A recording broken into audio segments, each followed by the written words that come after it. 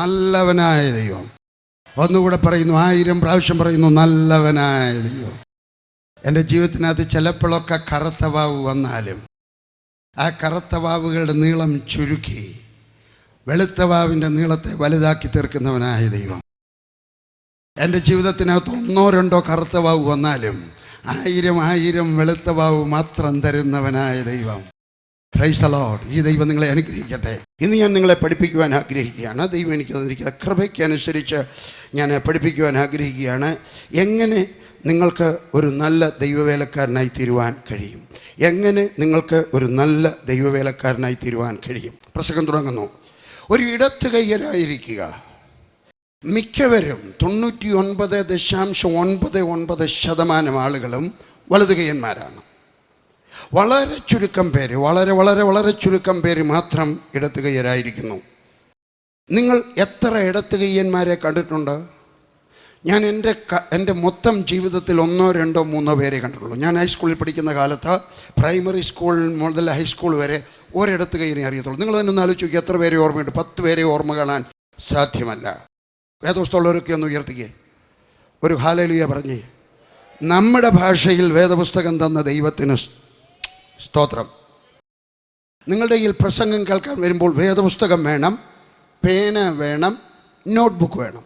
ഇത് 3ഉം നിങ്ങളുടെ പക്കൽ ഉണ്ടായിരിക്കണം, എപ്പോഴും ഉണ്ടായിരിക്കണം. ചെറുപ്പക്കാർക്കൊരു നല്ല ഉപദേശം തരാം വേദപുസ്തകത്തിന് വെളിയിൽ നിന്നും. നിങ്ങളുടെ കയ്യിൽ ഇത്തരം ഒരു കൊച്ചു നോട്ട്ബുക്ക് എപ്പോഴും കയ്യിലുണ്ടായിരിക്കണം. ഏതെങ്കിലും ഒരു കാര്യം ഓർത്താൽ വീട്ടിലേക്ക് പോകുന്ന വഴിക്ക് ഇഞ്ചി വാങ്ങിച്ചുകൊണ്ട് പോകണം, എഴുതി വെക്കണം, അല്ലെങ്കിൽ മറന്നു പോകും. നല്ലൊരു ഉപദേശം എല്ലാവരുടെയിലും, അമ്മമാരുടെയും അപ്പന്മാരുടെയും പാസ്റ്റർമാരുടെയും വിദ്യാർത്ഥികൾ സകലരുടെയിലും ഇത്തരം ഒരു ബുക്ക് എന്തെങ്കിലുമൊക്കെ കുറിച്ച് വെക്കുവാൻ സാധിക്കും. ന്യായാധിപന്മാരുടെ പുസ്തകം 20-ാം അധ്യായം 15ഉം 16ഉം വാക്യങ്ങൾ എടുക്കാം. ന്യായാധിപന്മാരുടെ പുസ്തകം 20, 15, 16 ഞാൻ വായിക്കാം. 15. അന്ന് ഗിബെയ നിവാസികളിൽ എണ്ണിത്തിരിച്ച 700 വിരുദ്ധന്മാരെ കൂടാതെ പട്ടണങ്ങളിൽ നിന്ന് വന്ന ബെന്യാമീന്യർ 26,000 ആയുധപാണികൾ ഉണ്ടെന്ന് കണ്ടു. 16-ാമത്തെ വാക്യം. ഈ ജനത്തിലെല്ലാം കൂടി ഇടതുകൈയന്മാരായ 700 വിരുദ്ധന്മാർ ഉണ്ടായിരുന്നു. അവർ എല്ലാവരും ഒരു രോമത്തിന് പോലും ഏറുപിഴയ്ക്കാത്ത കവണക്കാർ ആയിരുന്നു. എൻ്റെ പപ്പ ഒരു യാക്കോബക്കാർ, ഓർത്തഡോക്സുകാരൻ. അന്ന് യാക്കോബ ഒരു സഭയേ ഉള്ളൂ, ഓർത്തഡോക്സ് യാക്കോബ. ഇപ്പോഴത് 2ആയിട്ട് പിരിഞ്ഞത്. മലയാളി ക്രിസ്ത്യാനികൾക്ക് അങ്ങോട്ട് ഗുണമുണ്ട്. പിരിയും പിരിയും പിന്നെയും പിരിയും പിരിയും പിരിയും പിരിയും പിരിയും പിന്നെയും പിരിയും, അല്ലേ? അപ്പോൾ അന്ന് എൻ്റെ പപ്പ ഞങ്ങളെ വേദപുസ്തകം പഠിപ്പിക്കുമായിരുന്നു. യാക്കോബക്കാരായിരുന്നു. ഞങ്ങളുടെ വീട്ടിൽ കുടുംബ പ്രാർത്ഥന ഉണ്ടായിരുന്നു, രാവിലെ വൈകിട്ട്. കൊച്ചു പ്രാർത്ഥനയല്ല, നീണ്ട പ്രാർത്ഥന. പപ്പയുടെ ദേഷ്യം തോന്നിയിട്ടുണ്ട്. പക്ഷേ ഇപ്പോൾ ദൈവത്തിന് സ്തോത്രം പറയുക, അങ്ങനെ ഒരു അപ്പനെ തന്നതിനകത്ത്. വേദപുസ്തകത്തിനകത്ത് ഇന്ന് ഞാൻ പ്രസംഗിക്കുന്ന പല പോയിൻറ്റും എൻ്റെ അപ്പച്ചൻ പറഞ്ഞു തന്നാണ്. അബ്രഹാമിൻ്റെ 1 or 2 പോയിൻ്റ് ഒരിക്കലും ആരും പ്രസംഗിച്ച് കേട്ടിട്ടില്ലാത്ത എൻ്റെ പപ്പ പറഞ്ഞു തന്നാണ്. അപ്പം ഞാനിങ്ങനെ പറയുകയാണ്, നിങ്ങളുടെ മക്കളെ നിങ്ങൾ വേദപുസ്തകം പഠിപ്പിക്കണം. എൻ്റെ പപ്പായുമായിട്ട് വേദപുസ്തകം ഈ ഭാഗത്ത് വായിക്കുന്ന സമയത്ത് ഞാൻ പപ്പായെടുക്ക് ചോദിച്ചു, ഇടത്തുകൈയന്മാരായിരുന്ന എന്ന് പറഞ്ഞപ്പോൾ ഞാൻ ചോദിച്ചു, പപ്പ പറഞ്ഞത് ചിലർ ഇടത്തുകൈയന്മാരില്ലയോ കല്ലെറിഞ്ഞ്, അവരെറിഞ്ഞാൽ അത് സ്ഥാനത്ത് കൊള്ളത്തില്ല. അപ്പോൾ എനിക്കൊരു ഓർമ്മ വന്നു, എൻ്റെ പള്ളിക്കൂടത്തിൽ ഒരു ഇടത്തുകൈയനുണ്ടായിരുന്നു. അവനൊരു കല്ലെടുത്ത് ആരെയെങ്കിലും എറിഞ്ഞാൽ അവൻ ഉദ്ദേശിക്കുന്ന സ്ഥാനത്ത് കൊള്ളും. അതാണ് ഇവിടെ എഴുതിയിരിക്കുന്നത്. എൻ്റെ പപ്പ പറഞ്ഞു. ഇതാ 16-ാമത്തെ വാക്യം. ഈ ജനത്തിലെല്ലാം കൂടി ഇടതുകൈയന്മാരായ 700 വിരുദ്ധന്മാർ ഉണ്ടായിരുന്നു. അവർ എല്ലാവരും ഒരു രോമത്തിന് പോലും ഏറുപിഴയ്ക്കാത്ത കവണക്കാരായിരുന്നു. ഇംഗ്ലീഷിൽ വായിക്കട്ടെ, കുറച്ചുകൂടെ വ്യക്തമാണ്. ചിലപ്പോൾ മലയാളത്തിലായിരിക്കും വ്യക്തം. നിങ്ങൾ തെറ്റിദ്ധരിക്കരുത്, ഇംഗ്ലീഷാണ് നല്ല ഭാഷയെന്ന്. ഇംഗ്ലീഷ് മലയാളത്തിനേക്കാൾ കുറേ കൂടി നല്ല ഭാഷയാണ്. കാരണം അവൾക്ക് വാക്കുകൾ കൂടുതലുണ്ട്.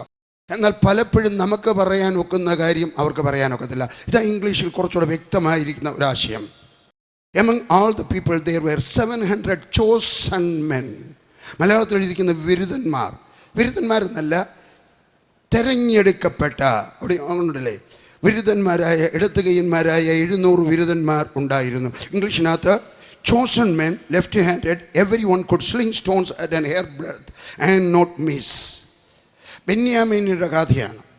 ബെന്യാമീനിയുടെ കഥ കാണണമെങ്കിൽ കുറച്ച് പുറകോട്ട് പോകണം. വേദപുസ്തകം പഠിക്കണമെന്ന് ആഗ്രഹമുള്ളവർ ഏതെങ്കിലും ഒരു ഭാഗമെടുത്ത് മനസ്സിലായില്ലെങ്കിൽ അതിൻ്റെ ഉത്ഭവസ്ഥാനത്തേക്ക് പോകുന്നത് നന്നായിരിക്കും, മുമ്പോട്ടും പോകുന്നത് നന്നായിരിക്കും. ഞാൻ നിങ്ങളെ ഉത്ഭവസ്ഥാനത്തേക്ക് കൊണ്ടുപോകുവാൻ ആഗ്രഹിക്കുകയാണ്. എവിടെയാണ് ബെന്യാമീന്യരുടെ കഥ തുടങ്ങുന്നത്? ഉൽപ്പത്തി പുസ്തകം 49-ാം അധ്യായം. അവിടെയാണ് തിരിശ്ശീലയ്ക്ക് പിൻപിൽ ബെന്യാമീന്യരുടെ കഥ തുടങ്ങുന്നത്. യാക്കോബ് തൻ്റെ മക്കളെ അനുഗ്രഹിക്കുകയാണ്. ഞാൻ ഉപദേശം പറയട്ടെ, നിങ്ങളെല്ലാവരും നിങ്ങളുടെ മക്കളെ അനുഗ്രഹിക്കണം. 5 മക്കളുണ്ടെങ്കിൽ 5 മക്കളെയും വർഷത്തിലൊരിക്കൽ, 2 വർഷത്തിലൊരിക്കൽ, 5 വർഷത്തിലൊരിക്കൽ പോകട്ടെ, അവരൊന്നിച്ചു കൂടുന്ന സമയത്തെല്ലാം അവരുടെ തലയിൽ കൈവച്ച് വിശാലമായിട്ട് അനുഗ്രഹിക്കണം. ഇവിടെ യാക്കോബ് മരിക്കുന്നതിന് മുമ്പ് മക്കളെ അനുഗ്രഹിച്ചു. ബെന്യാമീനെ അനുഗ്രഹിച്ചു. ബെന്യാമീൻ അവൻ്റെ പ്രിയ പുത്രനായിരുന്നു, അവൻ്റെ ഓമന പുത്രനായിരുന്നു, അവൻ്റെ ഏറ്റവും സ്നേഹിച്ച മകനായിരുന്നു, അവൻ്റെ ഏറ്റവും ഇളയ മകനായിരുന്നു. വേദപുസ്തകം നിങ്ങൾക്കറിയാം. പക്ഷേ അവനെ അനുഗ്രഹിച്ചത് ഇങ്ങനെയായിരുന്നു. എങ്ങനെയാണ്? 49:27 ബെന്യാമീൻ കടിച്ചു കീറുന്ന ചെന്നായി, രാവിലെ അവൻ ഇര പിടിച്ചു വിഴുങ്ങും, വൈകുന്നേരത്ത് അവൻ കവർച്ച പങ്കിടും. നല്ല കാര്യമല്ല അനുഗ്രഹിച്ചത്, നന്നായില്ല. ഇനിയും പറയുന്നത് കേട്ടാട്ടെ, നിങ്ങളുടെ മക്കളെ നിങ്ങൾ നന്നായിട്ട് അനുഗ്രഹിക്കണം. ഒരിക്കൽ പോലും ശാപത്തിൻ്റെ വാക്കുകൾ അബദ്ധവശാൽ പോലും വരരുത്. ചിലർ അബദ്ധവശാൽ ഭോഷത്വത്തിൻ്റെ വാക്കുകൾ പറയാണ്ട്, നീ മുടിഞ്ഞു പോട്ടെ, നിനക്ക് ഗുണം വരത്തില്ല, നീ തെണ്ടി തിന്നുമടി, ഭാര്യ അടുക്കളൊക്കെ പറയുന്ന ചിലർ. കുറച്ച് നാൾ കഴിയുമ്പോഴാണ് അറിയുന്നത് ഭാര്യയ്ക്ക് ശ്വാസം മുട്ടില്ല.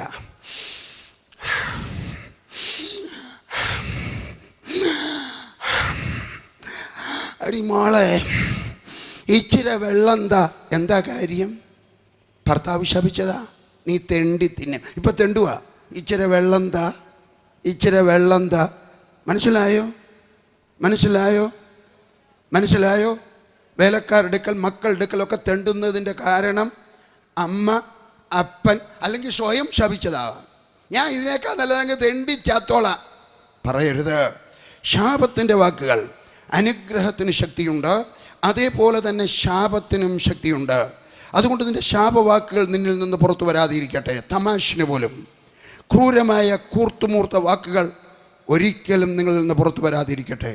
സ്വയം ശപിക്കരുത്, അനുഗ്രഹിക്കണം. അത് നിങ്ങൾക്കും അവർക്കും അങ്ങനെ ആയിരിക്കട്ടെ. നിങ്ങൾ അഥവാ പറഞ്ഞു പോയാൽ അല്ലെങ്കിൽ അവർക്ക് സംഭവിക്കാം, അവരുടെ മക്കൾക്ക് സംഭവിക്കാം, അവരുടെ കൊച്ചുമക്കൾക്ക് സംഭവിക്കാം. ഞാൻ തെളിയിക്കാൻ പോവാണ്. ബെന്യാമീൻ്റെ ചരിത്രത്തിൽ നിന്നും പഠിപ്പിക്കാൻ പോവുകയാണ്.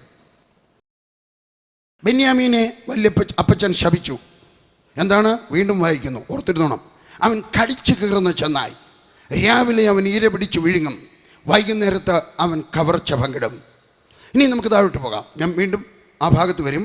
ന്യായാധിപന്മാരുടെ പുസ്തകം 17-ാം അധ്യായത്തിൽ ഇതാ ഒരു ബെന്യാമീനുടെ കഥ ഇവിടെ തുടങ്ങുന്നു. അവിടെ ഒരു ലേവ്യനാണ്, ഒരു ലേവ്യൻ. ഈ ലേവ്യൻ ആരാണ്? അവൻ തരം കിട്ടുന്നിടത്ത്, എടുക്കണമെന്നില്ല, ന്യായാധിപന്മാർ 17-ന്റെ ആദ്യ ഭാഗത്ത് വീട്ടിൽ പോയി വായിക്കാം. തരം കിട്ടുന്നിടത്ത് പാർക്കുന്ന ഒരു ലേവ്യൻ. 19-ാം അധ്യായത്തിൽ വേറൊരു ലേവ്യൻ, അവനും തരം കിട്ടുന്നിടത്ത് പാർക്കുന്നവനാണ്. അവന് ബിംബാരാധനക്കാരനാണ്. ഈ 17-ാം അധ്യായത്തിൽ നാം കാണുന്ന ലേവ്യൻ തരം കിട്ടുന്നിടത്ത് പാർക്കുന്നവൻ, ബിംബാരാധന ചെയ്യുന്നവൻ, നന്ദിയില്ലാത്തവൻ. ഒരാളിൻ്റെ കൂടെ താമസിച്ചു, അയാൾ ചെലവിന് കൊടുത്തു, വേറെ കുറച്ച് പേരൊക്കെ വന്നു. കുറച്ച് നാൾ കഴിഞ്ഞപ്പോൾ ദാൻ ഗോത്രത്തിലെ 600 പേര് വന്നു, ശത്രുക്കളായിട്ട് വന്നു. അന്നേരം അവർ പറഞ്ഞു, എടാ, ഒരു കുടുംബത്തിൻ്റെ ലേവ്യനായിരിക്കുന്നോ അതോ 600 പേരുടെ ലേവ്യനായിരിക്കുന്നോ? എവന് അവരുടെ കൂടെ അങ്ങ് പോയി. കാര്യസാധ്യത്തിന് കാലുമാറുന്നവൻ. എനിക്ക് ചില സുവിശേഷ വിലക്കാരെ അറിയാം, പാർട്ടി നേതാക്കന്മാരെ ഒത്തിരി പേരെ അറിയാം. ഇന്നിവിടെ, നാളെ അവിടെ. എവിടെയാണ് കൂടുതൽ സ്ഥാനമാനം കിട്ടുന്നത് അവിടേക്ക് തെറ്റിപ്പോകുന്ന മനുഷ്യൻ. കൂടുതൽ ശമ്പളം കിട്ടുന്നിടത്തേക്ക്, കൂടുതൽ സപ്പോർട്ട് കിട്ടുന്നിടത്ത്, വേറൊരു സ്ഥാനമാനം കിട്ടുന്നിടത്ത് പോകുന്ന ഒരു മനുഷ്യൻ. ഇനി ഞാൻ വണ്ടിക്കകത്തിരുന്നുകൊണ്ട് എൻ്റെ ഭാര്യയൊക്കെ സംസാരിക്കുകയായിരുന്നു. ഞാൻ പറഞ്ഞു, ലില്ലി, ഞാനൊരു കാര്യം ഈ കഴിഞ്ഞ ആഴ്ച മനസ്സിലാക്കി. മനുഷ്യരോട് നന്ദിയില്ലാത്ത മനുഷ്യന് ദൈവത്തോടും നന്ദി കാണത്തില്ല. അവൻ്റെ സ്നേഹം കാര്യസാധ്യത്തിലാണ്. ഇതാ ഒരു വാക്യം. ഈ വാക്യത്തിൽ നിന്നാണ് ഞാനത് പഠിച്ചത്. 1 യോഹന്നാൻ 4:20. ഞാൻ ദൈവത്തെ സ്നേഹിക്കുന്നു എന്ന് പറയുകയും തൻ്റെ സഹോദരനെ പകയ്ക്കുകയും ചെയ്യുന്നവൻ കള്ളനാകുന്നു. താൻ കണ്ടിട്ടുള്ള സഹോദരനെ സ്നേഹിക്കാത്തവന് കണ്ടിട്ടില്ലാത്ത ദൈവത്തെ സ്നേഹിപ്പാൻ കഴിയുന്നതല്ല. അങ്ങനെയാണെങ്കിൽ ഈ വാക്യത്തിനനുസരിച്ച് കാണുന്നതായിട്ടുള്ള സഹോദരനോട് നന്ദിയില്ലാത്ത ഒരു മനുഷ്യൻ ദൈവത്തോട് നന്ദിയുള്ളവനായിരിക്കത്തില്ല. ദൈവത്തെ സ്നേഹിക്കുന്നുണ്ടായിരിക്കാം, ആരാധിക്കുന്നു, പക്ഷെ അതെല്ലാം അവൻ്റെ സ്നേഹമെല്ലാം കാര്യസാധ്യത്തിനാണ്. നിങ്ങൾക്ക് മനുഷ്യരോട് നന്ദിയുണ്ടോ?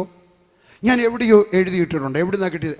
എൻ്റെ കൊട്ടേഷൻ അല്ലത്, എവിടുന്നോ കിട്ടിയ ഒരു കൊട്ടേഷനാണ്. ഏതോ ഒരു ബൈബിളിൽ വായിച്ചുകൊണ്ടിരിക്കുമ്പോൾ എനിക്ക് കിട്ടിയ ഒരു വിചാരമാണ്.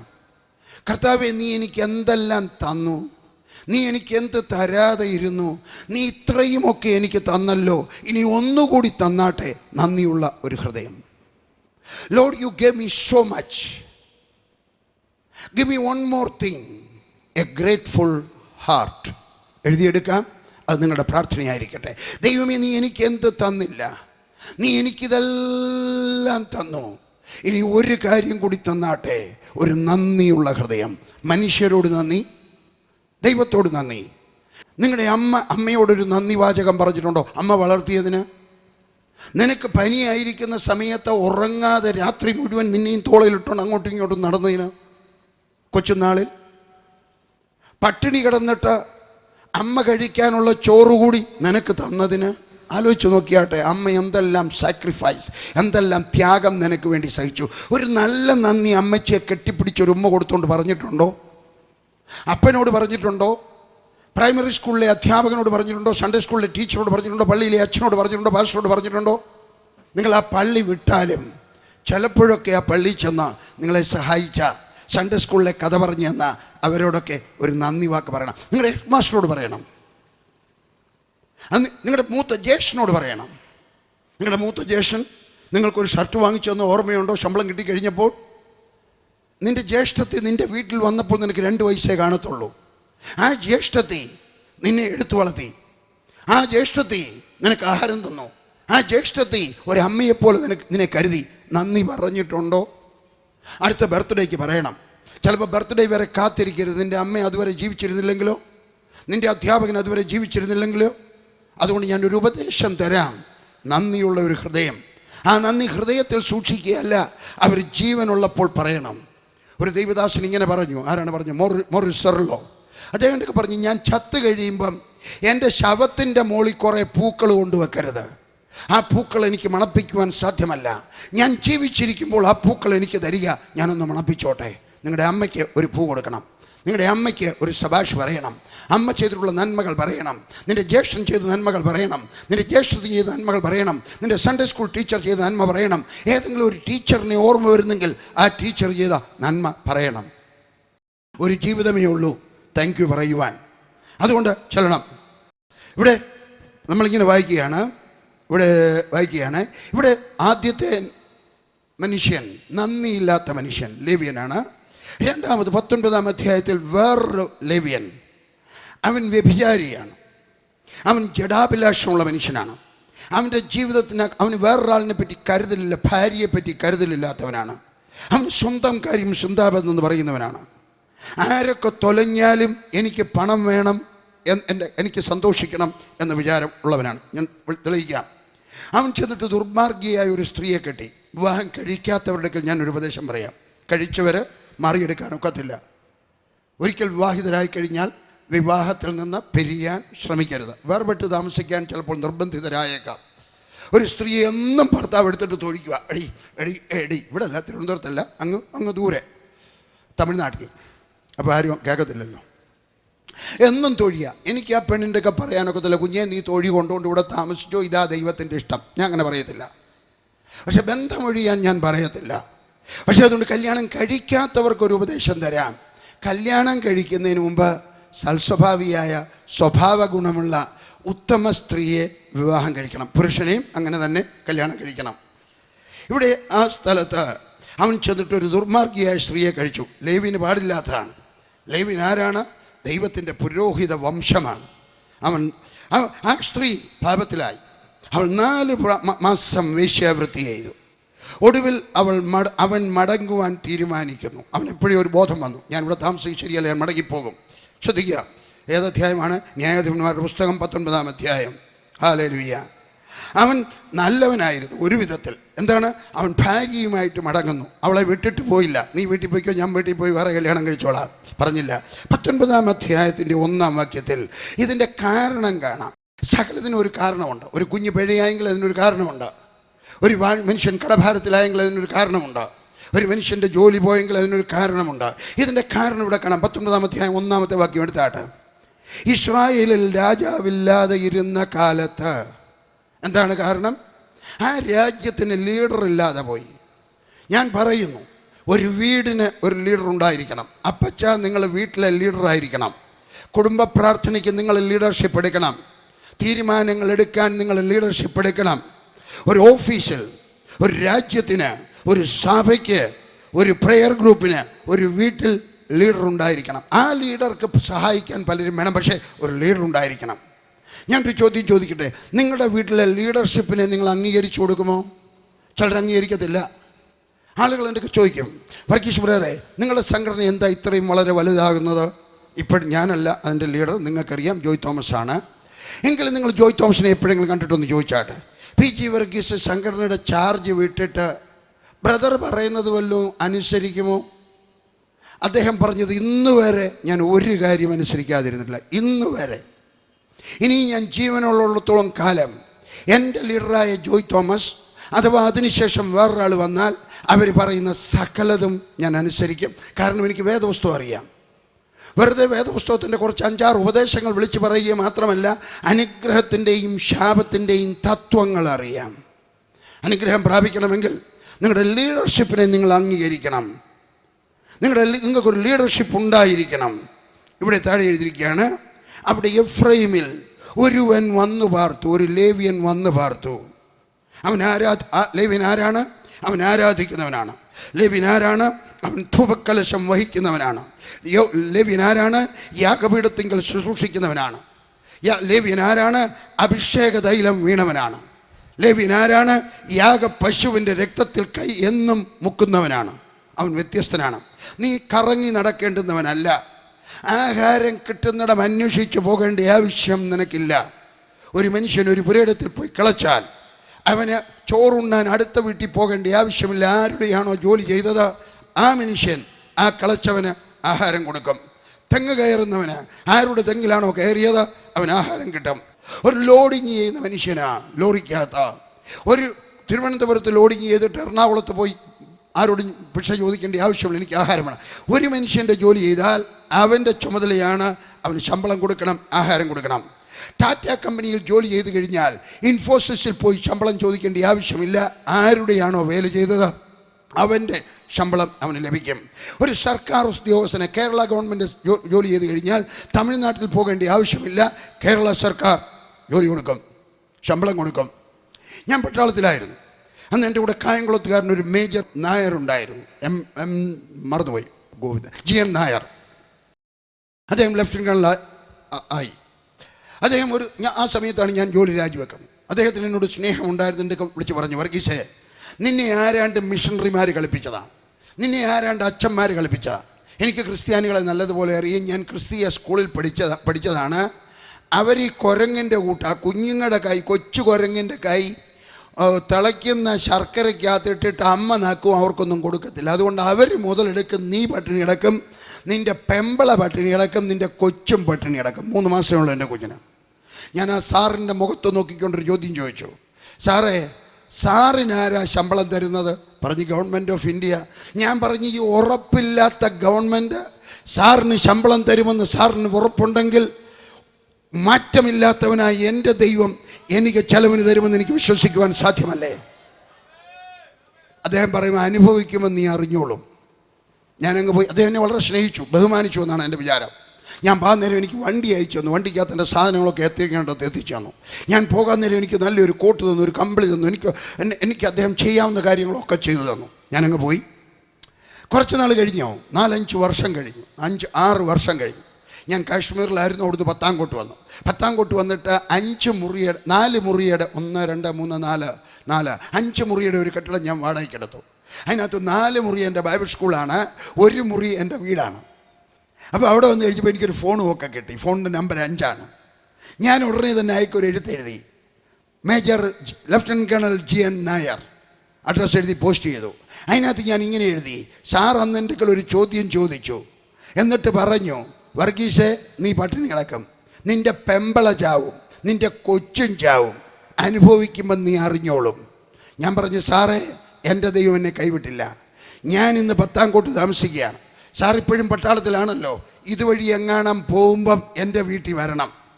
ഞാൻ 5 മുറിയുടെ ഒരു വീട്ടിൽ താമസിക്കുകയാണ്, എനിക്ക് വീട്ടിൽ ഫോണുണ്ട്, എൻ്റെ ഫോൺ നമ്പർ 5ആണ്, ഇതുവഴി പോകുമ്പം കയറാൻ മറക്കല്ലേ. ഇത് ഇന്ന് പറഞ്ഞാൽ വലിയ വിലയൊന്നുമില്ല. ഞാനിത് എഴുതുന്ന കാലത്ത് 1977 5 മുറിയുള്ള വീട്ടിൽ താമസിക്കുന്നവരാരുമില്ല, അന്ന് ഫോണുള്ളവരാരുമില്ല. അന്ന് ഞാൻ എഴുതി, സാറേ ഈ ദൈവം നല്ലവനാണ്, 5 മുറിയുടെ വീട്ടിൽ ടെലഫോണും വെച്ച് ഇവിടെ ഇരിക്കുന്നത് എൻ്റെ ദൈവം എന്നെ പുലർത്തിയിട്ടാണ്. ഞാൻ ഈ പറഞ്ഞതിൻ്റെ സാരം, നീ ദൈവത്തിൻ്റെ വേല ചെയ്യുകയാണെങ്കിൽ ശാപ്പാടിന് അങ്ങോട്ടും ഇങ്ങോട്ടും നടക്കേണ്ട ആവശ്യമില്ല.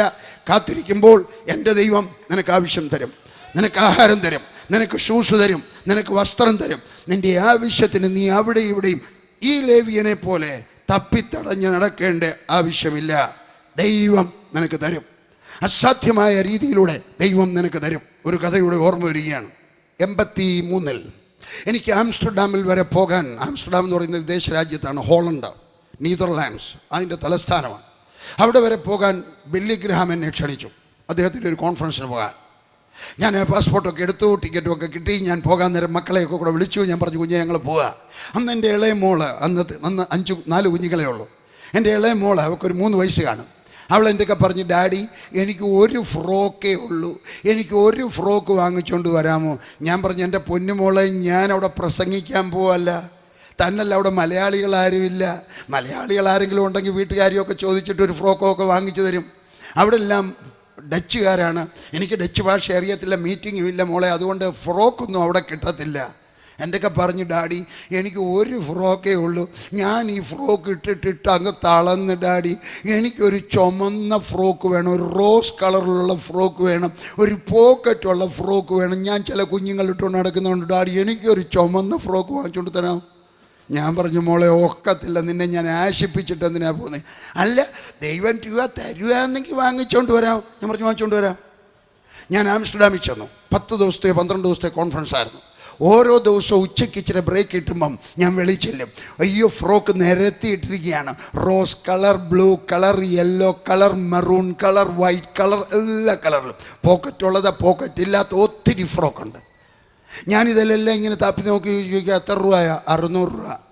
ഞാൻ വേറെ ഉണ്ടോ ഒന്ന് നോക്കട്ടെ, എനിക്ക് ഇഷ്ടപ്പെട്ടില്ല. ഇഷ്ടപ്പെടാഞ്ഞിട്ടല്ലോ, എൻ്റെ കയ്യിൽ ആകെ 100 രൂപയേ ഉള്ളൂ, ഞാൻ എന്തോ കൊടുക്കും? അവസാനം ഇങ്ങനെ എന്നും ഫ്രോക്ക് നോക്കി നടന്നു.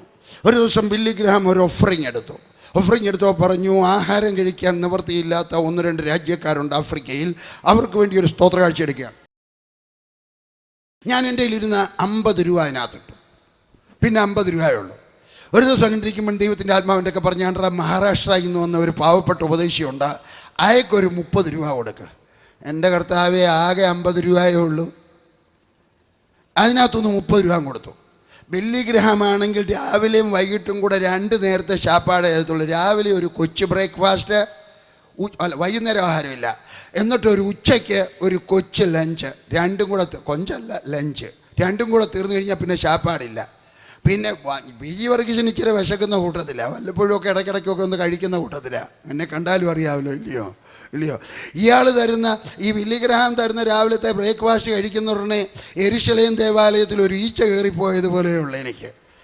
ഞാൻ പിന്നെ വെള്ളം ചോദിച്ചു, എവിടെയെങ്കിലും ഇച്ചിരി വെള്ളം കുടിച്ച് വയറ് വീർപ്പിക്കാം. അവിടെ ചെന്ന് വെള്ളം ചോദിച്ചപ്പോഴാണ് പറഞ്ഞു, എന്തിനാ വെള്ളം? കുളിക്കാനോ? ഞാൻ പറഞ്ഞല്ല, കുടിക്കാൻ. ഇവിടെ ആരും വെള്ളം കുടിക്കത്തില്ല, ഇവിടെയൊക്കെ ഓറഞ്ച് ജ്യൂസ്, കൊക്കോ കോല, പിന്നെ വെള്ളം ഇവിടെ കിട്ടും, അത് കക്കൂസി കിട്ടും. പരമാർത്ഥം മാത്രം പറയുകയാണ്, കക്കൂസി പോയി വയറ് നിറച്ച് വെള്ളം കുടിച്ച് നടന്നു. 20 രൂപയുള്ള കയ്യിലാണ്. ഒരു ദിവസം എനിക്ക് തിരിച്ചു പോകണം. അന്നേരമാണ് ഞാൻ ഓർത്തത്, പോകാനുള്ള ദിവസം അടുത്ത് വന്നപ്പോഴാണ് ഓർത്തത്, എൻ്റെ ദൈവമേ, തിരിച്ച് പത്താംകോട്ട് വരെ പോകണമെങ്കിൽ 150 രൂപ വേണം. കാരണം ട്രെയിൻ ടിക്കറ്റ് എടുക്കണം. അതിനെന്ത് കൊടുക്കും? അന്നേരം ആരാണ്ട് പറഞ്ഞു, ന്യൂസ് ലെറ്റർ അവിടുത്തെ ന്യൂസിനകത്ത് വന്നു, ഈ കോൺഫറൻസിൻ്റെ ന്യൂസിനകത്ത് വന്നു, തിരിച്ചു പോകാൻ വണ്ടിക്കൂലി ഇല്ലാത്ത പാവപ്പെട്ട രാജ്യത്തു നിന്ന് വന്നവർക്ക് ബില്ലി ഗ്രഹാം 500 രൂപ കൊടുക്കുന്നുണ്ട്. എൻ്റെ മനസ്സിനൊരാശ്വാസം. കർത്താവേ സ്തോത്രം, ബില്ലി ഗ്രഹാമിനായിട്ട് സ്തോത്രം. ഞാനവിടെ ചെന്നപ്പോൾ ആഫ്രിക്കക്കാർ, ഇന്ത്യക്കാർ, നേപ്പാളികൾ, സിലോൺകാർ, അവരുടെ ഒരു വലിയ ലൈനാണ്. എനിക്ക് നാണവും വന്ന് ഞാനും അവിടെ പോയിരുന്നു. അപ്പോൾ ലൈനിങ്ങനെ എളുപ്പം നീങ്ങിക്കൊണ്ടിരിക്കുക. ചെല്ലുന്നവരുടെയൊക്കെ പേരെഴുതിയെടുക്കും, 500 രൂപ കൊടുക്കും, എല്ലാവരും പോവുക. അപ്പം ഞാൻ അവിടെ ഇരുന്നു. അപ്പോൾ ഞാൻ ഇങ്ങോട്ട് മാറി. എൻ്റെയൊക്കെ ദൈവം ചോദിച്ചു, വർഗീസ് നീ എന്തിനാണ് ഇവിടെ ഇരിക്കുന്നേ? അതേ കർത്താവേ, വീട്ടിൽ പോകാൻ വണ്ടിക്കൂലിയില്ല, ബില്ലി ഗ്രഹാം 500 രൂപ കൊടുക്കുന്നുണ്ടെന്ന് അറിഞ്ഞു, അതുകൊണ്ട് വന്നിരിക്കുക. എൻ്റെയൊക്കെ ദൈവം ചോദിച്ചു, നീ എന്നോടൊരു വ്യവസ്ഥ ചെയ്തിട്ടുണ്ട്, നിൻ്റെ ആവശ്യം ആരോടും പറയത്തില്ലെന്ന്. ഞാൻ പറഞ്ഞു, കർത്താവേ അത് ശരിയാ, പക്ഷേ ഇത് അത്യാവശ്യമാണ്. തന്നെയല്ല ഞാൻ വിദേശ രാജ്യത്താണ്, തന്നെയല്ല ഞാൻ പ്ലെയിനിനകത്ത് ബില്ലി ഗ്രഹാം അവിടെ വരെ കൊണ്ടുപോകും, ടിക്കറ്റ് തന്നാ. ഞാൻ ഡൽഹി ചെന്നിട്ട് പത്താംകോട്ട് വരെ എങ്ങനെ പോവും? അതിന് ട്രെയിൻ ടിക്കറ്റ് വാങ്ങിക്കാൻ പൈസ വേണ്ടായോ? അതുകൊണ്ട് ഞാൻ എടുക്ക പറയും, എനിക്ക് 500 രൂപ ഒന്നും വേണ്ട, 300 രൂപ മതി. അപ്പോൾ ബില്ലി ഗ്രഹാം വിചാരിക്കൂടെ, അവൻ ഇങ്ങനെ നല്ല മനുഷ്യനുണ്ട്, ഞാൻ 500 രൂപ കൊടുക്കാൻ വേണ്ട എന്നാണ് പറയുന്നത്. ഞാൻ ഒന്ന് ക്രെഡിറ്റ് കാണിക്കാമെന്ന്. അപ്പോഴും ദൈവം എൻ്റെ ഒക്കെ ചോദിച്ചു, വർഗീസേ ഇത്രയും നാളായിട്ട് 1972 മുതൽ 83 വരെ 11 വർഷം നിൻ്റെ സാക്ഷ്യം നീ കളഞ്ഞു കുളിച്ചില്ല. ഇന്ന് ബില്ലി ഗ്രഹാമിൻ്റെ മുമ്പാകെ കളഞ്ഞു കുളിക്കാൻ പോവാണ്. കർത്താവേ അങ്ങനെയൊക്കെ ചോദിച്ചാൽ ഞാൻ വിഷമിച്ചു, ഇത് അത്യാവശ്യം. അപ്പോൾ ഞാൻ മാറിക്കൊണ്ടിരിക്കുക. എൻ്റെ നമ്പർ വന്നു. അവിടെ ഇരുന്ന ക്ലർക്ക് ഒരു പെണ്ണാണ്. അവൾ എൻ്റെ പറഞ്ഞു, next you can go inside, അകത്ത് പോകാം, 500 രൂപ വാങ്ങിക്കാം. ഞാൻ എഴുന്നേറ്റ ഉടനെ എൻ്റെ മനസ്സിനകത്തൊരോടൊക്കെ, വർഗീസ് നിൻ്റെ ഈ 11 വർഷത്തെ സാക്ഷ്യം കളഞ്ഞു കുടിക്കരുത്. ഞാൻ എൻ്റെ ആ ബാഗ് എടുത്തു, ബില്ലി ഗ്രഹാം തന്ന ബാഗാണ്, അതിനകത്ത് എൻ്റെ ബൈബിളുണ്ട്. ഞാനതെടുത്ത് എൻ്റെ കക്ഷത്തിലോട്ട് വെച്ചു. മുറിക്കകത്തേക്ക് പോകേണ്ടുന്നതിന് പകരം, ഞാൻ ഇന്നാളിലും ഒരു 5-6 വർഷത്തിന് മുമ്പേ പിന്നെ ഞാൻ അവിടെ പോയി അവിടെയൊക്കെ ഒന്നുകൂടെ കണ്ടു കേട്ടോ, എനിക്ക് ഓർമ്മ പുതുക്കാനായിട്ട്. മുറിക്കകത്തോട്ട് പോകേണ്ടതിന് പകരം ഞാൻ വെളിയിലേക്ക് ഇറങ്ങി അവിടെ കിടന്ന് ഒരു ബെഞ്ചിലിരുന്ന് എൻ്റെ മുഖം എൻ്റെ കൈക്കകത്ത് പൊത്തിപ്പിടിച്ച് ഞാൻ കരഞ്ഞു. ഞാൻ പറഞ്ഞു, കർത്താവേ ഞാൻ ഇവിടുന്ന് ഡൽഹി ചെല്ലും. ഡൽഹി ചെന്നിട്ട് ഞാൻ എൻ്റെ സൂട്ട് കേസ് എടുത്ത് തലയിൽ വെച്ച് പത്താംകോട്ടേക്ക് നടക്കും. എന്നാലും ഞാൻ എൻ്റെ ആവശ്യം ആരോടും പറയത്തില്ല. ഞാൻ വീട്ടിൽ ചെന്നു, എൻ്റെ മുറിയിൽ ചെന്നു, ഹോട്ടലിൽ ചെന്നു. ഞാൻ രാത്രി മുഴുവൻ കരയാം. 500 കിലോമീറ്റർ നടക്കണം സൂട്ട് കേസ് എടുത്തുകൊണ്ട്. ഒറ്റയ്ക്ക് നടക്കാം, ഞാൻ നടന്നാൽ ക്ഷണിക്കാത്ത മനുഷ്യനാണ്. പക്ഷേ ഈ സൂട്ട് കേസ് എടുത്തുകൊണ്ട് എങ്ങനെ നടക്കും? എങ്കിലും ഞാൻ തീരുമാനിച്ചു, ഞാൻ എൻ്റെ ആവശ്യം ആരോടും പറയത്തില്ല. ഞാൻ എൻ്റെ മുറിയിൽ 2 ആഫ്രിക്കക്കാരൂടെ ഉണ്ട്. അതുകൊണ്ട് ഞാൻ എൻ്റെ ആ ബെഡ്ഷീറ്റ് എടുത്ത് എൻ്റെ മുഖം അങ്ങ് മൂടി. എന്നിട്ട് ഞാൻ അതിനകത്ത് കിടന്ന് കരയുകയാണ്. കരഞ്ഞുകൊണ്ടിരിക്കുമ്പോൾ ആരാണ്ട് വന്ന് കൊതകിന് കൊട്ടി. ഞാൻ ആ ആഫ്രിക്കക്കാരുടെയൊക്കെ പറഞ്ഞു, എന്നെ കാണാൻ ആരുമില്ല, എനിക്ക് പരിചയക്കാരുമില്ല, നിങ്ങളെ ആരാണ്ട് അന്വേഷിച്ച് വന്നതാ. അങ്ങനെ പറഞ്ഞു കഴിഞ്ഞപ്പോൾ എവർ ചെന്ന് കഥ തുറന്നു. ഒരു ഇന്ത്യക്കാരൻ്റെ ശബ്ദം ഞാൻ കേട്ടു. എവിടെയോ കേട്ട ഒരു ശബ്ദം. PG വർഗീസ് ഈ മുറിയിലാണെന്നോ? അവർ പറഞ്ഞാന്നോ? അവരെൻ്റെയൊക്കെ പറഞ്ഞു, PG വർഗീസ് നിന്നെ കാണാൻ മതി. ഞാൻ ബെഡ്ഷീറ്റൊക്കെ മാറ്റി നോക്കിയപ്പോൾ എനിക്ക് പരിചയമുള്ള ഒരു ഉണക്ക ഉപദേശി. ഞാൻ വിചാരിച്ചു, എൻ്റെ ദൈവമേ ബാക്കിയിരിക്കുന്ന 20 രൂപ ചോദിക്കാൻ വന്നായിരിക്കും. കർത്താവേ, ദരിദ്രനാൾ, വീടില്ലാത്തവൻ, മോട്ടോർ സൈക്കിൾ ഇല്ലാത്തവൻ, ഒരു സൈക്കിളും ചവിട്ടി നടക്കുന്ന ഒരു പാവപ്പെട്ട വടക്ക് ഇന്ത്യക്കാരൻ ഉപദേശി, ഹിന്ദിക്കാരൻ, മറാഠിക്കാരൻ ഒരു ഉപദേശി. ഞാൻ വിചാരിച്ചു, എൻ്റെ ദൈവമേ ഈ 20 രൂപയും പോയോ? ഞാൻ പറഞ്ഞു, ഇരുന്നാട്ടെ. അദ്ദേഹം എൻ്റെ അടുക്കൽ ഇരുന്നു. എൻ്റെ ഒക്കെ പറഞ്ഞു, വർഗീസ് ബ്രദറെ ഒരു വലിയ അത്ഭുതം നടന്നു. ഞാൻ ഇന്ന് ഉച്ചയ്ക്ക് ചോറുണ്ണാൻ പോയപ്പം എൻ്റെ അടുക്കൽ ഇരുന്ന ഒരു സായിപ്പായിരുന്നു. സായിപ്പ് എൻ്റെ ഒക്കെ വേലയെ പറ്റിയൊക്കെ ചോദിച്ചു. ഞാൻ എടുക്ക വേലയെ പറ്റിയും പറഞ്ഞു, വേലയുടെ ആവശ്യവും പറഞ്ഞു. അന്നേരം അയാൾ എനിക്ക് ഒരു വലിയ തുക എടുത്തങ്ങ് തന്നു. $6000 തന്നു. ഞാനിത് വാങ്ങിച്ചുകൊണ്ട് വീട്ടിൽ വെച്ച് മുറി ചെന്നിരുന്ന് സ്തോത്രം പറഞ്ഞപ്പം ഇച്ചിരി മുമ്പേ ദൈവം പറഞ്ഞു, ഞാനാ നിനക്ക് ഈ രൂപ തന്നേ, പക്ഷേ ഇതിൻ്റെ ദശാംശം PG വർഗീസിന് തരണം. അതുകൊണ്ട് ഇന്നാ പിടിച്ചോ, 1 2 3 4 5 6 $600 എനിക്ക് കിട്ടി. ബില്ലി ഗ്രഹാം തന്നിരുന്നെങ്കിൽ $50 ആയിരുന്നേനെ. പക്ഷേ എൻ്റെ സ്വർഗസ്ഥനായ ദൈവം തന്നപ്പോൾ $600. ഞാൻ ഈ പറയുന്നതിൻ്റെ സാരം, നീ ദൈവത്തിൻ്റെ വേല ചെയ്താൽ ക്രിസ്ത്യാനികൾ നിനക്ക് രൂപ തരും. നീ ദൈവത്തിൻ്റെ വേല ചെയ്താൽ അക്രൈസ്തവൻ നിനക്ക് രൂപ തരും. ദൈവത്തിൻ്റെ നീ വേല ചെയ്താൽ നിരീശ്വരവാദി നിനക്ക് രൂപ തരും. ഒരു ഫലിതം കേട്ടാട്ടെ. ഒരിടത്ത് ഒരു അമ്മച്ചി ഉണ്ടായിരുന്നു. എപ്പോഴും സ്വത്രം പറഞ്ഞുകൊണ്ടാക്കും. വീട്ടിൽ ഇരിക്കുമ്പോഴൊക്കെ സ്വത്രം സ്വത്രം സ്വത്രം, നല്ല കാറ്റ് തന്ന ദൈവത്തിന് സ്വത്രം, ഹല്ലേലൂയ സ്വത്രം, വെയിൽ തന്ന ദൈവത്തിന് സ്വത്രം. അടുത്തൊരു നിരീശ്വരവാദി ഉണ്ടായിരുന്നു. ഇയാൾ ഈ വല്യമ്മയെ കൊണ്ടങ്ങ് തളർന്നു. എപ്പോഴും സ്വത്രം, എന്തോ കിട്ടിയാലും സ്വത്രം, വെള്ളം കിട്ടിയാൽ സ്വത്രം, മഴ പെയ്താൽ സ്വത്രം, വെയിൽ വന്നാൽ സ്വത്രം, മഴ പെയ്യാതിരുന്നാൽ സ്വത്രം. ഒരു ദിവസം രാവിലെ ഇവരിരുന്ന് പ്രാർത്ഥിക്കുന്ന കേട്ടോ, എൻ്റെ ദൈവമേ വീട്ടിൽ ഉരുളക്കിഴങ്ങില്ല, മീനില്ല, അരിയില്ല, ഗോതമ്പ് മാവില്ല, സവാള ഉള്ളിയില്ല, യാതൊന്നുമില്ല, നിനക്കറിയാമല്ലോ. ഇയാൾ വിചാരിച്ചു ഇത് തന്നെ ഇവരെ പറ്റിക്കാൻ ഒരു മാർഗം. ഇയാൾ എളുപ്പം കടയിൽ പോയി കുറച്ച് ഗോതമ്പ് മാവ് വാങ്ങിച്ചോ, കടയിൽ പോയി കുറച്ച് ദോശ വാങ്ങിച്ചോ, കുറച്ച് അരി വാങ്ങിച്ചോ, കുറച്ച് ചപ്പാത്തി വാങ്ങിച്ചോ, കുറച്ച് തക്കാളിക്ക വാങ്ങിച്ചോ, കുറച്ച് സാധനങ്ങളെല്ലാം വാങ്ങിച്ചോ, ചിക്കൻ വാങ്ങിച്ചോ, എല്ലാം കൂടെ കൊണ്ടുവന്നിട്ട് ഇവരുടെ വീടിൻ്റെ വാതിക്കലോട്ട് വെച്ച് കാളിംഗ് ബെല്ലിലൊന്ന് ഞെക്കി വെച്ച് ഒരു ഒറ്റ ഓട്ടം അപ്പുറത്ത് മാറി വിളിച്ചിരുന്നു. ഈ വല്യമ്മ ഇങ്ങോട്ട് വെളിയിലോട്ട് വന്നിട്ട്, ആരാ? സ്തോത്രം, അയ്യോ ഹല്ലേലൂയ, ദോശ ഉണ്ടാക്കി, എനിക്ക് ഉണ്ടാക്കുകയും വേണ്ട, ഉണ്ടാക്കി വെച്ചിരിക്കുന്നു. നല്ല ചിക്കൻ കറി, നല്ല ഗോതമ്പ് മാവ്, നല്ല അരി, നല്ല തക്കാളിക്ക, നല്ല സവാള. എൻ്റെ ദൈവമേ നിനക്ക് സ്തോത്രം, നീ ഇതൊക്കെ എനിക്ക് തന്നല്ലോ. അന്നേരം ഈ നിരീശ്വരവാദി ചാടി വന്ന് വെച്ച് പറഞ്ഞു, ദൈവമല്ല അന്ന് ഞാനാ തന്നത്.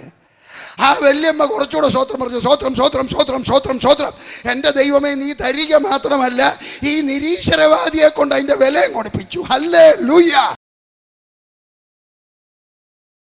എൻ്റെ ദൈവത്തിൻ്റെ വേല നീ ചെയ്യുമ്പം ആരുടെ വേലയാണോ ചെയ്തത് അവനെ അവൻ്റെ ആവശ്യങ്ങൾ നിറവേറ്റാൻ അറിയാം. $600 എൻ്റെ പോക്കറ്റിൽ കിട്ടി. അത് കഴിഞ്ഞപ്പോഴെനിക്ക് എൻ്റെ മനസ്സിനകത്ത് ആകെ ഒരു വെപ്രാളം. നേരത്തെ ഞാൻ ഫ്രോക്ക് നോക്കി നടന്നപ്പോൾ രൂപ ഇല്ലായിരുന്നു. ഇപ്പം രൂപ വന്നപ്പോൾ ഫ്രോക്കില്ല. കാരണം രാത്രി 12 മണിയായി. രാവിലെ 6 മണിക്ക് എനിക്ക് പോകാനാ. കട തുറക്കുന്നതിന് മുമ്പേ അങ്ങ് പോകും.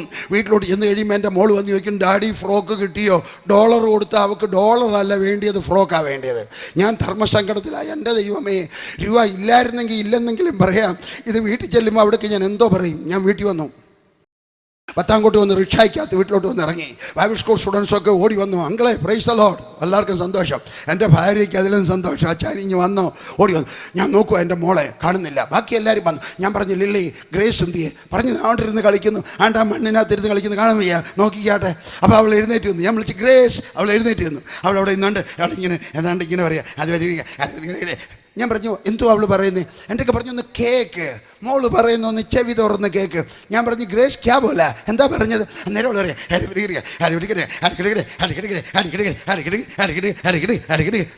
ചോദിച്ചു, എന്തോ അവൾ പറയുന്നത്? എനിക്ക് മനസ്സിലായി. 3 വയസ്സുള്ള കൊച്ചല്ലേ, ശരിക്കും മനസ്സിലായിട്ട് ദൂരമുണ്ട്.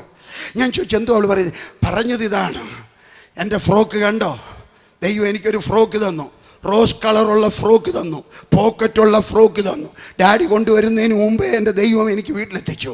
ഞാൻ ലില്ലിയോടൊക്കെ ചോദിച്ചപ്പോൾ ലില്ലി പറഞ്ഞു, 2 ദിവസം മുമ്പേ കാനഡയിലുള്ള ഒരു കുടുംബം അവൾക്കൊരു ഫ്രോക്ക് അയച്ചു കൊടുത്തു. ഏതൊരു നിറത്തിലുള്ള ഫ്രോക്കാണോ അവൾ ആഗ്രഹിച്ചത്, പോക്കറ്റുള്ള റോസ് കളറിലുള്ള അവൾക്ക് ചേരുന്ന ഒരു ഫ്രോക്ക് അവൾക്ക് പാഴ്സലായിട്ട് കാനഡയിൽ നിന്നൊരു മദാമ അയച്ചു കൊടുത്തു. ഞാൻ ഈ പറയുന്നതിൻ്റെ സാരം, നീ ദൈവത്തിൻ്റെ വേല ചെയ്യുന്ന സമയത്ത് ടാറ്റ കമ്പനിക്കാരൻ്റെ ജോലിക്കാരന് ശമ്പളം കൊടുക്കാൻ അറിയാവുന്ന ടാറ്റ കമ്പനിക്കാരേക്കാൾ നല്ലവനാണ് നമ്മുടെ ദൈവം.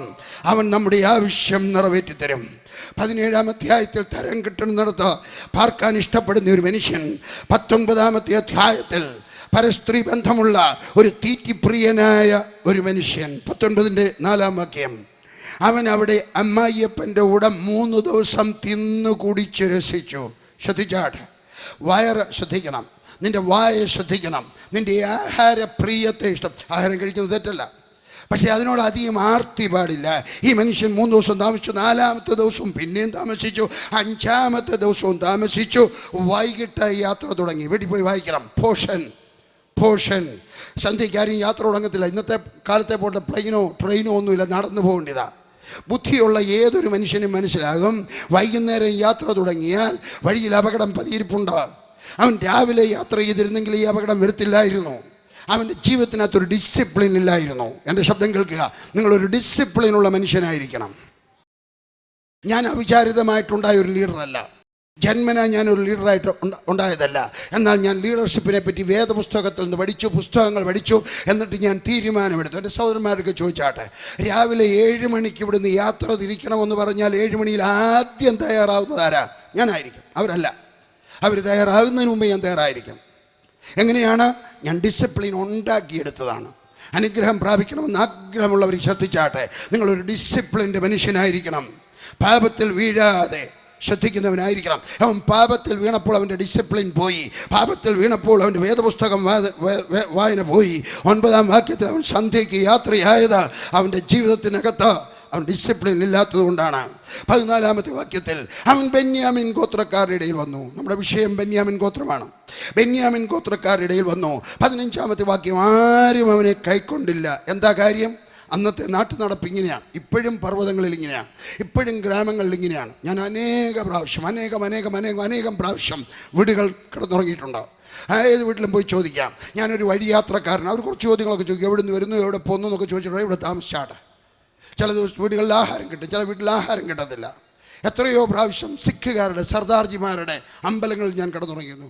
ഞാൻ ഒരു 4-10 വർഷത്തിന് മുമ്പ് വടക്കേ ഇന്ത്യ മുഴുവൻ മോട്ടോർ സൈക്കിളിനകത്ത് യാത്ര ചെയ്ത് പ്രാർത്ഥിക്കാനായിട്ട് പോയി. ഞങ്ങൾ 4 സുവിശേഷ വേലക്കാർ. അന്നേരം മിക്ക ദിവസവും ഞങ്ങൾ കിടന്നത് പലരുടെയും വീടുകളിലായിരുന്നു. അറിയാൻ വയ്യാത്ത ഹിന്ദുക്കളായിട്ടുള്ള, സിഖുകാരായിട്ടുള്ളവരെ അന്നത്തെ നാട്ടു നടപ്പ് അങ്ങനെയാണ്. അവിടെ വന്നിട്ട് ആരും അവനെ കൈക്കൊണ്ടില്ല. എന്താ കാര്യം? വല്യപ്പച്ചൻ്റെ അനുഗ്രഹ വാക്കുകൾ അവന് ഫലിച്ചതാണ്. യാക്കോബ് എന്താണ് പറഞ്ഞത്? ബെന്യാമിൻ കടിച്ചു കീർന്ന് ചെന്നായി രാവിലെ അവൻ ഇര പിടിച്ച് വിഴുങ്ങും, വൈകുന്നേരത്ത് അവൻ കവർച്ച പങ്കിടും. ആരെയും സഹായിക്കുന്ന, ആർക്കെങ്കിലും നന്മ ചെയ്യുന്ന ഒരു വാക്യം പോലും അപ്പച്ചൻ പറഞ്ഞില്ല. ഞാൻ നിങ്ങളോട് പറയട്ടെ, നിങ്ങളുടെ മക്കളെ, വീണ്ടും പറയുകയാണ്, നിങ്ങളുടെ മക്കളെ വല്ലപ്പോഴും ഒന്ന് വിളിച്ചിട്ട് വിശാലമായിട്ട് അനുഗ്രഹിക്കണം. ഞാൻ ഇന്നലെ 1, 2, 3 വീടുകളിൽ പ്രാർത്ഥിച്ചു. എല്ലായിടത്തും വന്നാൽ കൊള്ളാമെന്ന് ആഗ്രഹമുണ്ട് കേട്ടോ. ഒക്കത്തില്ല. എനിക്ക് മനസ്സുണ്ട്, സത്യം പറയുകയാണ്. എനിക്കിഷ്ടമാണ് ആളുകളുടെ വീട്ടിൽ പോകുന്നത്. എൻ്റെ സഹോദരന്മാർക്ക് എനിക്കിഷ്ടമാണ് അവരുടെ വീട്ടിൽ ചെല്ലാൻ, അവരുടെ തലയിൽ കൈവച്ച് പ്രാർത്ഥിക്കാൻ, അവരുടെ കുടുംബത്തിന് വേണ്ടി പ്രാർത്ഥിക്കാൻ. എനിക്ക് വലിയ ഇഷ്ടം. അവരുടെ പശുക്കൾക്ക് വേണ്ടി പ്രാർത്ഥിക്കാൻ, അവരുടെ തെങ്ങിന് വേണ്ടി പ്രാർത്ഥിക്കാൻ, എനിക്ക് വലിയ ഇഷ്ടമാണ്. പക്ഷെ മനുഷ്യനെന്ന നിലയിൽ എന്നെക്കൊണ്ട് ഒക്കുന്നതേ ചെയ്യാനൊക്കത്തുള്ളൂ. ഞാൻ പ്രാർത്ഥിക്കുന്ന സമയത്ത് ഇങ്ങനെ പ്രാർത്ഥിച്ചു. ഇന്നലെ പ്രാർത്ഥിച്ചു, പിന്നെ ഞാൻ പ്രാർത്ഥിച്ചു, കർത്താവേ, അവരുടെ ആവശ്യത്തിലും അധികം പണം. എന്നാലും ഞാൻ ഒരിക്കൽ മാനസികത്ത് എഴുതി കഴിഞ്ഞപ്പോൾ ഒരാൾ ഉടനെ എഴുതി എൻ്റെ ഒക്കെ ചോദിച്ചു, വർഗീസ് ബ്രദറിൻ്റെ ഉപദേശം മാറിയോ? വർഗീസ് ബ്രദർ പറയുന്നു ആവശ്യത്തിലധികം പണം. ഇല്ല, എൻ്റെ ഉപദേശം പണ്ടും അതായിരുന്നു, ഇന്നും ഇതായിരുന്നു. എന്താണ്? ആവശ്യത്തിന് മാത്രം നിങ്ങളുടെ ഈ പണം ഉണ്ടായ പോരാ. എൻ്റെ ശബ്ദം കേൾക്കുന്ന സുഹൃത്തെ, ആവശ്യത്തിന് മാത്രം നിങ്ങളുടെ ഈ പണം ഉണ്ടായ പോരാ. ആവശ്യത്തിന് മാത്രമേ ഉണ്ടെങ്കിൽ എനിക്ക് രൂപ തരാനൊക്കത്തില്ല, ഒരു സൈക്കിൾ വാങ്ങിച്ചു തരാനൊക്കത്തില്ല, ഒരു മോട്ടോർ സൈക്കിൾ വാങ്ങിച്ചു തരാനൊക്കത്തില്ല. ചങ്ങനാശ്ശേരിയിൽ ഞാൻ ഒരു ദിവസം പ്രസംഗിക്കുകയായിരുന്നു. ചങ്ങനാശ്ശേരി ബസ് സ്റ്റാൻഡിൻ്റെ ഇപ്പുറത്തൊരു ഡോക്ടർ സ്റ്റവറുണ്ട്. അതിൻ്റെ മേളിലൊരു ചർച്ചുണ്ട്, നല്ലൊരു ചർച്ചാണ്. ഞാനവിടെ പ്രസംഗിച്ച് കഴിഞ്ഞ ഉടനെ ആളുകൾക്ക് പ്രാർത്ഥിച്ചു കഴിഞ്ഞപ്പം ഒരാൾ വന്ന് എൻ്റെ തിരിച്ചുകൊണ്ട് ചോദിച്ചു, എന്നെ ഓർക്കുന്നുണ്ടോ? ഞാൻ പറഞ്ഞു, ഞാൻ ഒത്തിരി പേരെ കാണുന്നതുകൊണ്ട് വലിയ പരിചയം വരുന്നില്ല. അദ്ദേഹം പറഞ്ഞു, ഞാൻ അബുദാബിയിലുള്ള ഡോക്ടറാണ്, ഡോക്ടർ ജോർജ്. ഞാൻ പറഞ്ഞു, എനിക്ക് ഓർമ്മയുണ്ട്. ആ കെട്ടിടത്തിൻ്റെ ഉടമസ്ഥൻ ഡോക്ടർ ടവേഴ്സ് അദ്ദേഹത്തിൻ്റെയാണ്. എന്നൊക്കെ പറഞ്ഞു, വന്നാട്ടെ ഓഫീസിലോട്ട് പോകാം. അവിടെ ചെന്നിരുന്നു വെച്ച് അദ്ദേഹം ചെക്ക് ബുക്ക് എടുത്ത് വെച്ച് എൻ്റെ ഒരു ചോദ്യം ചോദിച്ചു, വർഗീസിൻ്റെ ഒരു ആവശ്യം പറ, ഒരു ചെക്ക് എഴുതാൻ പോവാം. ഞാൻ പറഞ്ഞു, എനിക്ക് വ്യക്തിപരമായിട്ട് വലിയ ആവശ്യമൊന്നും ഇപ്പോഴില്ല, പക്ഷേ IETക്ക് ആവശ്യമുണ്ട്. ഒരു ചർച്ച് പണിയാൻ 2.5 ലക്ഷം രൂപ വേണം. അദ്ദേഹം 2.5 ലക്ഷം രൂപ എഴുതി തന്നു. എന്താ കാര്യം? ആവശ്യത്തിലധികം അദ്ദേഹത്തിൻ്റെ രൂപ ഉണ്ടായതുകൊണ്ട്. അതുകൊണ്ട് നിങ്ങൾ ഒരിക്കലും പ്രാർത്ഥിക്കരുത്, കർത്താവേ എൻ്റെ ആവശ്യങ്ങൾ നിറവേറ്റി തരണമേ, ഞെരുക്കം എനിക്ക് തരണമേ. പറയരുത്. എപ്പോഴെങ്കിലും പറഞ്ഞു പോയിട്ടുണ്ടെങ്കിൽ ദൈവത്തോട് ക്ഷമ ചോദിക്കണം. എനിക്ക് ചിലരെ അറിയാം, അവരെന്നും ഞെരുക്കത്തിലാണ്. എന്താണ് കാരണം? പണ്ട് എപ്പോഴോ അവർ പ്രാർത്ഥിച്ചതാണ്. എൻ്റെ ഒരു ടേപ്പുണ്ട്, നിങ്ങളത് കാണണം. എന്താ? ശാപം വിട്ടൊഴിയുക. ശാപത്തിൻ്റെ വാക്കുകൾ പറഞ്ഞാണ്, കർത്താവേ അന്നത്തേക്കുള്ള ആഹാരം മതി, നാളത്തേക്ക് വേണ്ട. അതുകൊണ്ട് ജീവിതത്തിനകത്ത് മിച്ചം വരുന്നില്ല. മുമ്പോട്ട് പോകാം. അതുകൊണ്ട് നിങ്ങൾ അനുഗ്രഹിക്കപ്പെടണം.